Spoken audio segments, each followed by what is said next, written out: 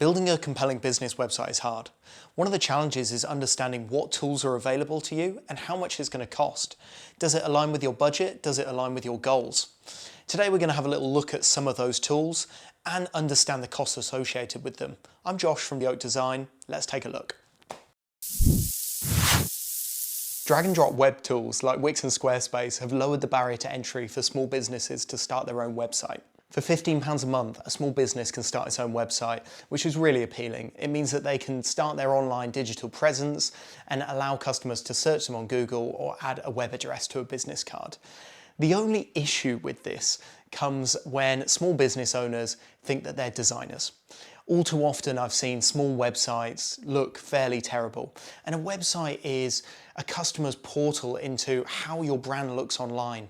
We believe that the true cost of building out a Wix or Squarespace website is hassle and growth. All too often small business owners don't make a fantastic job of it. They've spent time learning a new skill when they could have spent that time growing the business. And then the other side of that is growth.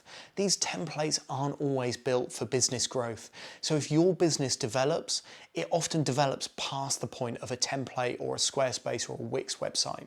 And consequently, you're not investing in an asset that can grow with your company. You may have heard of WordPress before. 40% of websites are built on its content management platform. It's come a long way since its inception in 2003. The expansion of WordPress comes from third-party plugins, built to support a growing list of features. These plugins could be small, helpful freemium features like 6 months of free SSL or 301 redirects, or larger businesses that have a one-stop shop plugin template like Elementor or Elegant Themes. These larger plugins have developed slightly more modern back-end editors that trump WordPress's outdated model. Plugins enable customizability and the user to tailor their design. Nevertheless, understanding and integrating these features can be difficult. Thought-out WordPress sites are more mobile friendly and give the user a chance to work with search engine optimization tools, SEO tools. The downside of a WordPress website is it requires more time and skill to set up. A technical level required to install WordPress on your chosen hosting platform, add on necessary plugins, then build out the site is very possible, but will most likely take weeks. We mentioned the lack of scalability when considering drag and drop platforms, and although WordPress offers the opportunity to scale, if not set up correctly, it can be even more complicated to grow. If we're solely looking at price, this is where it gets a little tricky. Conducting our research, we could see small businesses and freelancers offering websites starting from £400 and ending at near enough any figure you can name. A website's cost will change based on your business's requirements, as well as the freelancer's experience.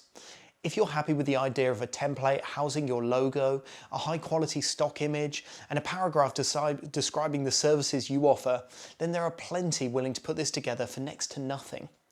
The option will start your online presence without having to trade your time.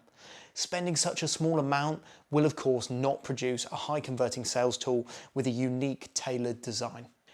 It's much more likely that when you're looking at a freelancer, you're looking between £1,000 and £4,000. This will typically produce a design that looks good and functions well. A freelancer will typically suggest design and user experience improvements. If the freelancer is good, it will be built with expansion in mind, expansion that they can charge for. A freelancer is a great option for companies with a smaller budget and looking to get started with an online presence. If done correctly, you'll have a fast-loading, clean website that can be built upon and designed with search engine optimization in mind. The negatives. Often the objective of a freelancer is to provide an aesthetic website from a customer's design brief. These briefs don't focus on understanding your business needs or objectives and put emphasis on the design elements. Freelancers can also be hit and miss. This unfortunate uncertainty can cause pain points, and we've spoken to clients that have had bad experiences in the past after paying for a product that they weren't happy with. If your website is already a sales tool and undergoing a redesign, then by not optimizing for conversion, website copy, customer journey, and call to action placement, you're losing revenue. Enter the agency. The key difference between a website built by a freelancer and an agency is strategy. Your business website should be able to produce a return on your investment. Strategy is used to create an effective website that converts users into leads. Your website will have a structure that is clear to yourself and visitors, creating a unique customer journey. Visual impact is important to build trust in your brand, but equally so is content. Your website needs readers to engage, understand and use trust to deliver your product/service. An agency will also be data-driven. If you already have a website, they'll want to look at how it's performing and what draws user attention. Analytics enables higher conversion rates, and agencies will work alongside their clients to generate different landing pages to gain further insight into your website.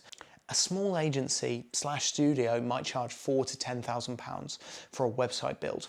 A website built by an agency will pay dividends in the long run. Choosing the right agency comes down to the business goals, trust and budget. Speak to different agencies and share your goals. Arriving with clear goals allows agencies to base their costs on meeting what your business's objectives are.